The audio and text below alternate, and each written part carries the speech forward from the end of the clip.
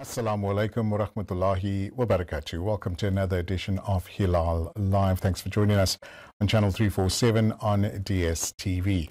Over the last couple of Mondays, we've covered very important issues regarding our mental health. And back in studio, we'd like to welcome clinical psychologist, Brother Rafiq. Lockhat. Assalamu alaikum. Alaikum salam. I'm delighted to be back. Jazakallah so much for affording us your time. Over the last couple of weeks, we've really delved into topics that were very interesting to our audience, great advice you've given, and also when people find themselves with various challenges with regards to their mental health. You really ran through quite a bit. But one of the things that we're going to get to a bit later is depression and how we, the various types of treatment for depression. But before we get there, what is our aim for today's show? What would we like our audience to take home today? Okay, so on the last couple of shows, we spoke about the types of depressions. Mm-hmm. And I implored the audience to not use the word depression lightly, if you recall. I said to them, please, if you're having a bad day, just say I'm having a bad day. Mm-hmm. Because otherwise that minimizes the importance of depression. Right. Okay, so today's aim is for us to educate our viewers about the various treatment options that are available, just so that they know that there are many treatments. Right. And depression is very treatable. Mm-hmm, mm-hmm. So if anybody thinks they're doomed for life, that's not true. Right? It is treatable. And then secondly, once you understand the treatments, you are hopefully being empowered to go and seek help from the appropriate source. So that's really the aim of today. Okay. All right. And, we always welcome our viewers to get hold of us. You can do that via my email address, lukman@hilaal.tv. And you can send me any questions, queries, maybe if you've got a challenge that you're dealing with at the moment, and then we'll pass that on to Brother Rafiq as well. So when we talk treatments of depression, and I would imagine that there's a host of treatments, but before we get treatments, we need to identify the types of depression that's out there. Run through those for us. Oh, don't remember those now, but okay. So it was major depressive disorder, there was bipolar disorder, it was there's postpartum depression we spoke about after giving birth. Yes. Then there's depression with psychotic features, where that's quite a serious one. And then there was the one to do with depression that is now being spoken about in terms of your periods, women's periods, and you have a prolonged period of depression as a result of that. Mm-hmm. And then there was the one we spoke about called, the old term is dysthymic disorder, where you kind of like adjust to a low-level depression for over 2 years. Wow. And there's that. Okay. So let's run through those other types, but in terms of the treatment, how would a patient be treated for a particular depression that they have? Okay. So the first thing we're going to look at is there are 4 types of treatment. Okay.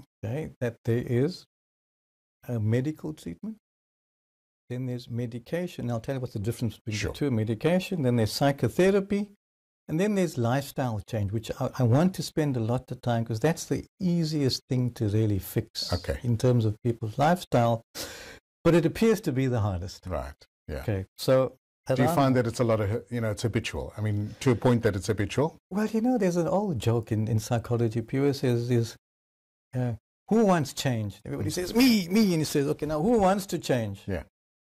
True. So, Not many.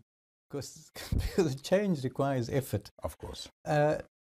But there are ways with psychotherapy to make the change easier, so that it's not so effortful. People, I mean, change is tough for some people, not for others. Of course. And when you're caught up in a particular lifestyle, then people often think that they can't really change. It's too much effort, but you can, and I'm going to show you how. Okay. So if we go on to firstly medical.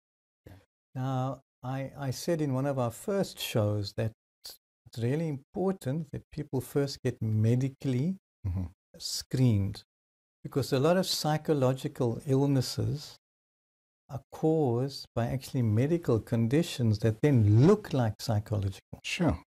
So, for example, you could hypothyroidism, where your thyroid is, let's say, slow. Okay. That gives you symptoms of depression. You get a hyperthyroidism where it's overworking, and that gives you symptoms of anxiety. Now, if you're treating somebody for anxiety, but they don't actually have anxiety, they have a hyperthyroid issue, you're not going to get anywhere with it, because I think you have psychological anxiety. I'm treating you for it. You're not getting better. Right. We think the therapy is failing. It's not. It's just that you don't actually have anxiety. That you have medical condition which is mimicking the psychological symptom. That's very interesting. Right. So there's a few things that people must go and get. So you always start, whenever I see a patient, I say they come for depression, anxiety, I say, have you seen your GP? Right. If they say no, I say, okay, good, you got to go back there first, and we need to get a clean sheet from them to say that in fact there's nothing chemically or physically or organically wrong with you, so therefore it's an exclusion. We now know that it's psychological. We don't make the immediate assumption that it's psychological, because that would be the wrong thing to do. I had many years back a patient who kept coming for chronic headaches and wouldn't, and you know, it's often it's easy to say, oh, it's stress related, because we live stressful lives. And I remember I was just post my internship then.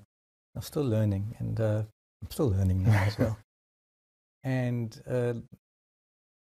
the person that I worked with was saying something's wrong. This person's not responding appropriately. Let's send them off to hospital again. It came back and had a brain tumor. Wow. Okay, so that was a good learning lesson for me. I always check now firstly, and any psychologist and psychiatrist will do that first. They'll first check. So the following is check. You got to do a complete blood count. Okay. And these are not expensive tests. Your thyroid function, that's important, very, very important. Thyroid functions. And then what they call basic metabolic tests. Vitamin D. Vitamin D is becoming like the new thing. It's been linked. Shortage of vitamin D has been linked to seasonal affective disorder. I didn't mention that in the last thing. Okay. Is lack of sunshine can cause you to become depressed. That's amazing. For some people. Yeah. And increasingly... I suppose that increased in COVID, you know, with people being indoors. Yes. You know, there must have been an increase of that. Right, increase. And then that whole thing. So vitamin D must be checked. Cortisol levels must be checked. Folic acid. Vitamin B12 must be checked. The hormone levels, and then C-reactive proteins have to be checked. So these are all the important things that must first be checked. People might think, oh, it's so much effort. But if any of those things are malfunctioning, it's contributing to your depression or mimicking your depression. Gotcha. And sometimes just when your vitamin D level goes up, people who have iron deficiencies look very tired. They get dark greens under their eyes, they're tired, they can't function properly, and then the automatic assumption is they're depressed. Yeah, gotcha. But they're not depressed. They have an iron deficiency, which is causing them to just be very sluggish. And as soon as their iron levels come up properly, and like the GP knows how to do that, when iron levels come up, the energy picks up. And then miraculously, in a couple of weeks, they're fine, without having any psychotherapy, because they were not depressed in the first place. Gotcha.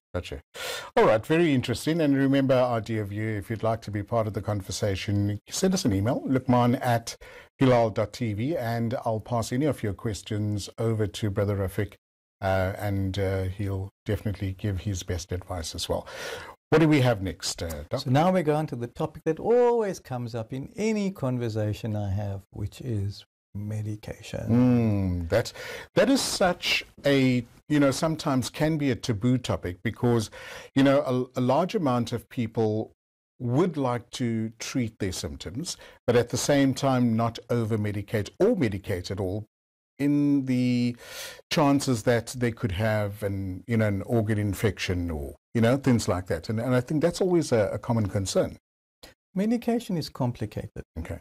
Medication for psychological conditions, depression particularly, that's the domain of the psychiatrist. Okay. That's their area of specialty. GPs know a lot, but it's not really their specialty. GPs are general practitioners. Gotcha. Okay. Depression is a very specific condition. Right. So in terms of our training, psychotherapy is the psychologist department generally, and medication for these kinds of conditions is the psychiatrist department. Okay. But every talk I give, people put their hands up and say medication. So I think we must cover a little bit about medication today, just to inform our viewers about the different kinds of medications. And then very, very importantly, is that medication must be prescribed by the specialist for you. Right, right. So any treatment program we come up with must be individualized. Right? It's not like I can't go and borrow, I know somebody that's got antidepressants. Auntie next door, no. Okay. Auntie next door, because you don't know what other conditions she has. You don't know what other physical conditions. Does she have high blood pressure? Does she have diabetes? And perhaps the medication was prescribed for her particular type of depression in addition to all her physical conditions. Gotcha. All right. That's why there's so many types of medications. Okay. So we're going to take a break. When we come back, we'll get into that topic, and I think our viewers would appreciate your advice and expertise there as well. We're chatting to Brother Rafiq Lockhat, who is a clinical psychologist, giving us valuable advice around Mental Health Monday. We're very honored to have him in studio. We're going to take an ad break. When we come back, we'll continue with Hilaal Live. Assalamu alaikum, welcome back to Hilaal Live. It's Mental Health Monday, where we have in studio Brother Rafiq Lockhat giving us much needed advice with regards to the field of mental health. Jazakallah so much for coming in once again, Brother Rafiq. Always great having you. Before the break, we chatted about the different treatments of depression, but linked to that, and more importantly, is the medication that's prescribed for each condition according to individual screening or what's the word I'm looking for? Treatment that individualized. Individualized. Right. There we go. Let's sum it up. That each one is personalized, and there isn't a general treatment for people suffering with depression. Would you like to maybe continue running through the different medication that is needed? Okay, so I think what we also want to say is please don't use your uncle's medication, your auntie's medication, the neighbor's medication, because it worked for Uncle so-and-so, it'll work for you. Right. It won't. Don't do that. That is a dangerous thing to do, because you may not know anything about their physical conditions and why that meds was prescribed to that person in terms of their body size, type, weight. And also the dosage that one needs to take for a prescribed condition. So again, the psychiatrist is the expert in that. But let me run through a few meds, just so people know. So the reason that there's so many types of meds is because it's been developed over years and for all these different side effects. So the popular one, everybody knows this term, SSRIs. They stand for selective serotonin reuptake inhibitors. Fancy word. But it's basically Prozac, Zoloft, those ones. Everybody knows Prozac. Then the serotonin and norepinephrine reuptake inhibitors. That's things like Effexor and Cymbalta. Those are the names people know. Then the old ones, everybody knows it, tricyclic antidepressants. When I trained, many, many years ago, that was like the big thing. Things like amitriptyline, I still use that. And then there's the MAOIs, the monoamine oxidase inhibitors. So again, there's all fancy words, but I'm just saying what they are. That would be things they're less commonly used these days. Then there's atypical antidepressants, meaning sometimes you can't quite fit. And these are things like Wellbutrin, Remeron. People who are on those will recognize those names. And then you have augmentation agents. So sometimes people have depression, but they need an antipsychotic to add in it. Or sometimes if they have bipolar, then you can throw in lithium. And for example, if you're on lithium, your blood levels have to be checked often. I see. That's why you can't mess about with it yourself, because you could go to toxic levels of lithium, and then you get really ill. Right. And I sometimes have to be very firm with my patients and say, please, tell your doctor that you changed your medication or that you upped your dosage by yourself. Because if your psychiatrist doesn't know, they'll think the meds are not working. Correct. Meantime, you took today, you forgot to take tomorrow, right? You upped it, then you double dosed the other day. So remember, these things are all, they work in your body, they work in your brain, they work in your blood. These are not things to mess around with. And when we speak about medication like that, these are obviously scheduled 4, 5, 6, type of thing. Yes. Are these medications, are people then able to function in everyday life? Do they go through a bit of a roller coaster with this medication? in terms of can you work normally? Yeah. So again, for different people, there'll be side effects sometimes, and sometimes the side effects put people off. Okay. And again, you must discuss it with your psychiatrist. I'm having these side effects. People get different kinds of side effects, and sometimes it feels like the side effects are worse than the depression. The other question I want to ask is, we have a lot of wellness programs at corporates these days, which is absolutely amazing. However, there are still corporates or companies that don't really have a wellness program or fully understand the challenge that somebody goes through. Do you find that's changing?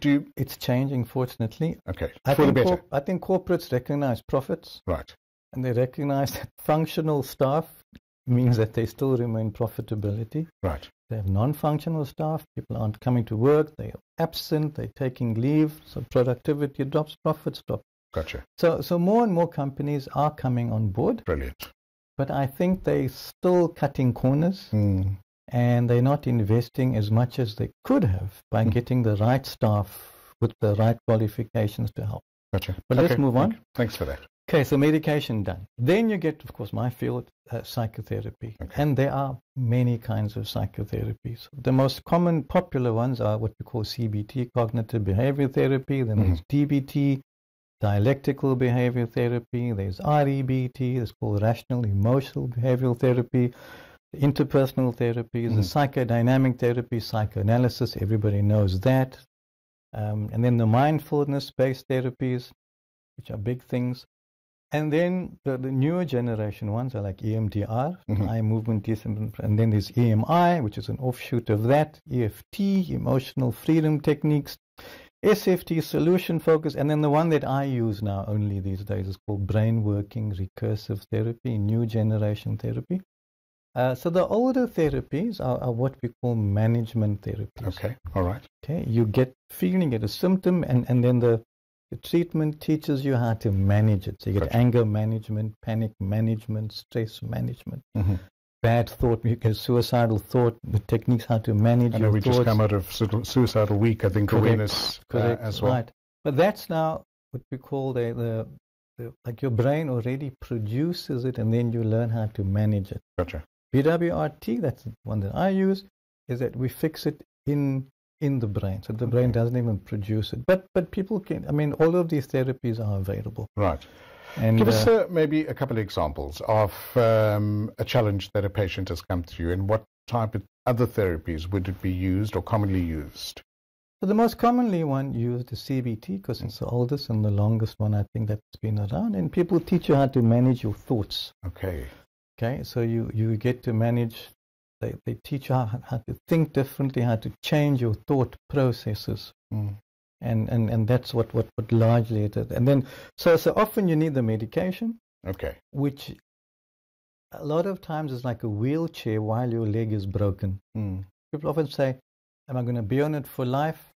These days, many psychiatrists would say, no, actually not anymore, as you get better. So as your treatment kicks in and your symptoms decrease, the medication can decrease. But again, that can't be you messing around with your medication. Exactly, yes. It's got to be monitored by the psychiatrist to help you reduce it at the right time with the right dosage. Okay. So one of the things very important that you mentioned earlier is self-care. Yes, and very important.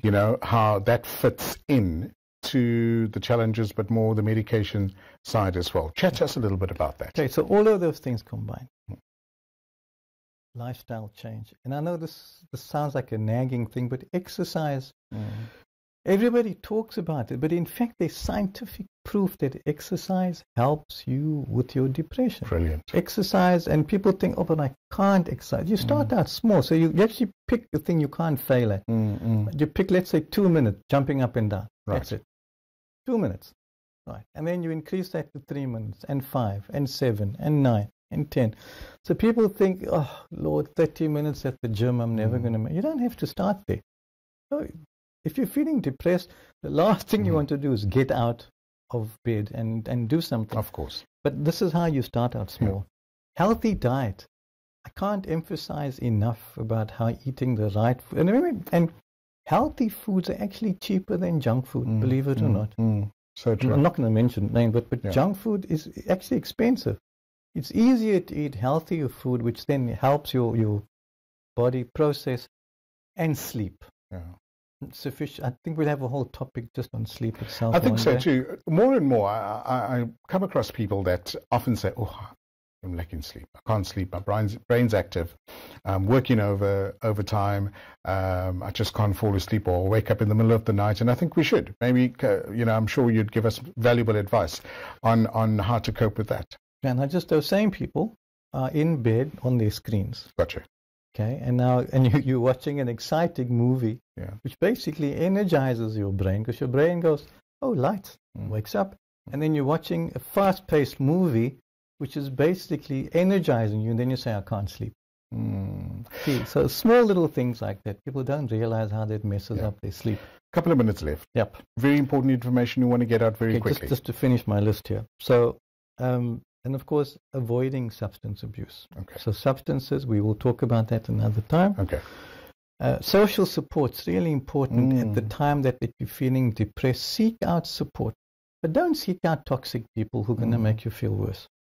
Okay? Gotcha. You have to pick out people that's going to actually help you, that will listen non-judgmentally. Set yourself realistic goals for how you can, like I said, small 1 minute, change one thing in your diet for this week, change a second thing. And then it's important to get professional help. Understand depression is serious. The end product of a bad depression is suicide. Okay? Don't want to get there. Right. So before you get there, get professional help. Is available. It's not like my days when I started to train. There were so few people. Yeah. Help is everywhere. Just internet will pop up, and you can get help. Fantastic. For those of our viewers that would like help, like to get hold of you, what are the best methods to do that? My website, rafiqlockhat.com. Okay, brilliant. Jazakallah so much. But there are many other psychologists as well. Sometimes people get drawn to the person they see on TV. Jazakallah so much, Doc. We'll cover another edition in about 2 weeks' time. Sure. We have another special edition next week, but we will be back in studio, inshallah. Have a great evening. Assalamu alaikum. Wa alaikum salam. There we go. That's Mental Health Monday with Brother Rafiq Lockhat, who is a clinical psychologist. It's all that we have for you from the Cape Town team. Sohail Barnes, Mohammed Parker, and myself, Luqman Shadrack. Have a great evening. Assalamu alaikum.